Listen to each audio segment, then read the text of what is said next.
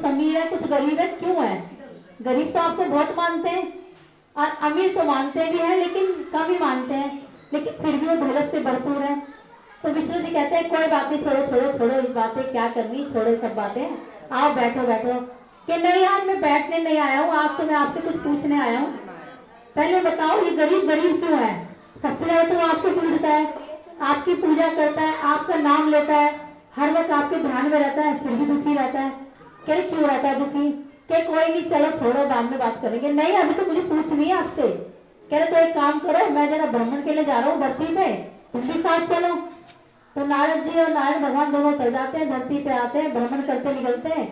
एक घर के आगे बहुत बड़ा महल होता है, उस घर के आगे वाला आते हैं भिक्षा, कह रहे आप यहाँ भिक्षा मांगो और मैं आगे वाले घर से मांगने जाता हूँ।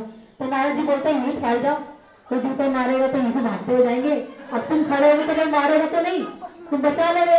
कि नहीं नहीं मैं आगे वाले घर से मांगता हूँ, तुम यहाँ से मांगो, कोई कुछ नहीं कहेगा। कहता भिक्षाम दे भिक्षाम दे। अंदर से सेठ जी बोलते हैं आ गया सवेरे सवेरे भिक्षाम दे। अभी मुझे पहले इसे बताता हूँ जरा, ले इसमें दो जूते मारता हूँ अंदर से, और ये आ गया सुबह सुबह मांगने के लिए। तो विष्णु भगवान जी को नारद जी बुलाते हैं, विष्णु जी देखो देखो अंदर से तो जूतों की मारने की बजा रही है। कह रहे भगवान और दे तुझे। विष्णु भगवान बोलते हैं भगवान और दे तुझे, तेरे घर भर दे, तेरे भंडारे भर दे, तुझे कभी किसी के आगे हाथ फैलाने ना दे। तो नारद जी कोने में लाके कहते हैं इसने तो जूते मार रहा है अंदर से, आप क्या ऐसे और दे? इसको धन दौलत सब भरपूर दे इतनी दे कि तेरे आगे कोई हाथ रख, तू किसी के आगे हाथ ना फैलाए, और मगर तेरे आगे भगवान इतना दे तुझे कि तू भरा रहे तेरे भंडार। कह रहे तुम्हें तो आशीर्वाद दे दिया। कह रहे कोई नहीं आगे चलते, आगे आगे जाते तो एक बहुत गरीब होता है, तो कहते हैं भिक्षान दे भिक्षान दे। तो अंदर से माता जी की आवाज आती है हाँ हाँ आ रही हूँ बैठो बैठो बैठो। कह रही बैठो बाबा, आज देखो खाने को तो मेरे घर में अन्न नहीं है, बिछाने का आसन नहीं है और बिठाने को कोई पलंग नहीं है, फिर भी बैठो आप, मेरे पास एक गैया है और उसका दूध निकाला मैंने, और आप दूध लो और थोड़ा अपना पेट भर लो। ये दूध पीते हैं। नारद जी कहते हैं बहुत अच्छे हैं। तो विष्णु भगवान बोलते हैं जाते ही गैया मर जाए, तेरी गैया मर जाए, तुझे तरुण दुख हो, तेरे को कष्ट मिले। तो नारद जी पकड़ के कहते हैं ये क्या बोल दिया तुमने, वो तो हमें दूध पिला रही है, तुम कह रहे तरुण दुख हो तेरे को और तेरी गैया मर जाए, तुमने ऐसा क्यों कहा? कह रहे आगे चलो बताता हूँ तुम्हें। और वो शेर जी होते हैं, वो इतनी धन दौलत होती है, कहते हैं हम चलते हैं और अपना धाम पे चलते हैं, वहीं जाके बैठेंगे। और शेर जी होते हैं उनको बहुत पैसा होता है, इतना पैसा आ जाता है कि संभाले नहीं संभलता। सारा दिन सेठ जी नोटों की देखरेख में लगे रहते हैं, कोई भी आता है तो उसे मना कर देते हैं। कहते तुमने मना क्यों करा? कह रहे क्या करूं, समय नहीं मिलता, और इतनी दौलत है, इतने पैसा है, इतना जेवर है, इतनी दुनिया भर की मेरी जमीन है, कोई चोर ले गया तो मैं तो कहीं जा भी नहीं सकता और आ भी नहीं सकता। हे भगवान तूने मुझे इतना दे दिया कि संभाले ना संभल रहा मुझसे। आपको गैया की बात पूछती है, एक बुढ़िया कहती है अम्मा तू कैसे खाएगी, तेरे तो गैया मर गई। कि हाँ पता नहीं कैसे मर गई, ये भगवान जानता है, और कुछ नहीं मेरा भगवान कहीं ना कहीं से तो मुझे सहारा देगा ही। तो कहते देगा ही सहारा, कुछ ना देगा तो मुझे अपने धाम तो बुलाएगा ही बुलाएगा। तो वो कहते हैं नारद जी कहते विष्णु जी एक बात बताओ, तुमने से इतनी दौलत दे दी कि वो संभाली नहीं समझ नहीं और इससे इतना दुख दे दिया। कह रहे देख मेरी बात, अब मैं तुम्हें बताता हूँ नारद जी, अब तुम ध्यान से सुनो। ये जो दौलत है ना मोह माया है, ये तो उसको छोड़ के जा नहीं पाएगा। जब कहीं जा नहीं रहा, रिश्तेदारी में नहीं जा रहा, किसी से मिल नहीं रहा, किसी से बात नहीं कर रहा, तो इसका तो मोह दौलत में फंसा हुआ है, घर जमीन में फंसा हुआ है, पैसे नोट बंगलों में फंसा हुआ है। लेकिन वो मैया क्या कहती है, जहाँ कहीं ना बाबा तो बुलाएगा ही बुलाएगा, गैया गैया मैं भी वहीं जाऊंगी। तो कहती है देख आने की तैयारी कर रही है, इसका मोह इसकी गैया में था, और ये कहीं भी कोई भी कुछ मांगता था ना अपनी गैया का दूध पिला देती थी। जब कुछ नहीं था लेकिन गैया थी, और गैया मर जाती, ये मर जाती बुढ़िया पहले और गैया रह जाती, तो गैया को कौन देख रेख करता? कूड़े में पड़ी रहती, गंद खाती, या कोई मार मुंह के काट के कोई कसाई खा जाता। लेकिन गैया मर गई, अभी बुढ़िया मुक्त तो है, लेकिन वो क्यों नहीं मुक्त हो रहा? क्योंकि वो धन दौलत माया के जाल में फंसा हुआ है। तो कहते हैं कि अच्छा नारद जी अब समझा कि तुम जो गरीब को दुख देते हो, किसी को दुख देते हो, इसलिए देते हो कि तुम्हारी भक्ति में लगा है। कह रहे दुख भी आना जरूरी है, अगर सुख सुख रहेगा तो क्या पाओगे? दुख इसलिए जरूरी है कि दुख में तुम मुझे ध्याओगे तो सही, मेरा नाम तो लोगे, आने की तैयारी तो करोगे, और महल मकान बंगले मिल जाएंगे ना, कोई घर से बाहर सुन के चर्चा सुनने नहीं आएगी, कोई नहीं आएगी, गुरु बहन ना कोई गुरु भाई आएगा, कहेगा जब मेरे पास गिरत धन दौलत है तो मुझे क्या जरूरत है किसी के पास जाने की।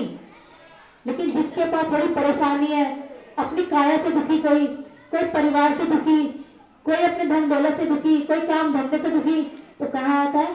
गुरु की चर्चा में, गुरु की शरण में, बाबा के सत्संग में, भजन में, कीर्तनों में, जागरणों में पूरी पूरी रात जागते हैं लोग। क्यों जागते हैं? तो बोलते हैं तुझे पता नहीं क्या मिला, तू पूरी रात जगी है।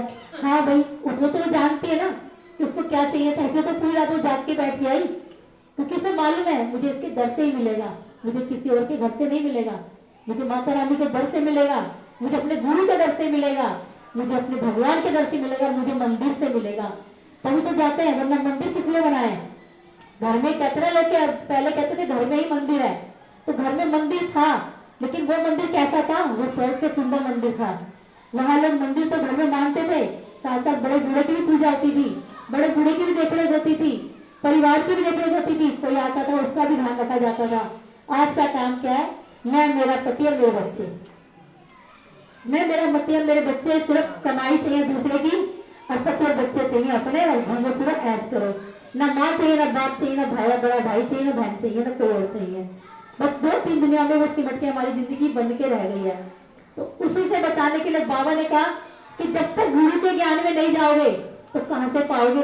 बड़े बूढ़े पहले कहानियां सुनाते थे, कथाएं सुनाते थे घर में बैठ के, इतनी अच्छी अच्छी कथाएं सुनाती थी माता, सास ससुर, बड़े बूढ़े, दादी बाबा कहते थे वैसी ये कहानी है बेटा, हमारे टाइम में होता, कितने प्यार से सुनते थे। आज कोई सुनेगा?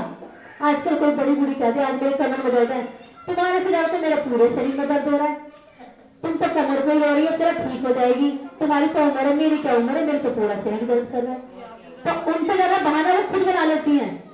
तो बेचारा वो क्या कहेगा तुमसे अपना दुख, क्योंकि हमारा खुद का दुख खत्म नहीं होता।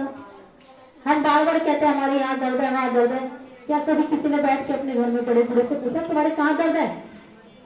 वो चलता है लंगड़ाते तो कहते हैं करा मैं इनके उन्होंने किस टाइम में ऐसे कर्म करेंगे तभी तो भोग रही है। अरे हमें पता है हमने क्या कर्म करे? हमें नहीं मालूम। मैं आज यहाँ मंच पर पता नहीं 2 कदम जाके मैं कहाँ पर हूँ, कुछ पता नहीं है हमारे शरीर का ना हमारे समय का। इसलिए डरना है तो उससे डरो, अपने बाबा से डरो और बाबा की शरण में बैठो। तो विष्णु भगवान जी कहते थे नारद जी आज मैं तुझे सारी बातें क्यों समझा रहा हूँ? इसलिए समझा रहा हूँ कि जितना दुख आएगा ना उससे घबराना नहीं चाहिए, क्योंकि दुख के पीछे सुख आएगा ही आएगा, चाहे 2 घड़ी को आएगा, लेकिन तुझे सुकून तो मिलेगा। कोई तुझे पूछने वाला तो है? ये लाला जी तक बैठा धंधों संभाल के, कौन बैठा है पूछने वाला? जो पूछता है वो भी डर के मारे आता कि कहीं ना कह दे कि मांगने आ गया। तो देखो गुरु बहनों, अपने गुरु से जुड़ो, गुरु के 3 सूत्र का पालन करो, अपने गुरु से दया मांगो और शिव गुरु से यही कहा करो बाबा सब कुछ दिया तूने, बस इस काया में रोग मत देना ज्यादा, अपने धाम आराम से बुला लेना, इतने कष्ट मत देना कि किसी को कहने का मौका मिल जाए कि हमने करी दिन रात इनकी सेवा। तो किसी के हाथ मजबूर मत होने देना। जब तक जीवन है अपनी शरण में लगाए रखना, और जब जाने का बुलावा है तो हंसते हुए बुलाना और तू ही लेने आना बाबा, सिर्फ तू ही लेने आना।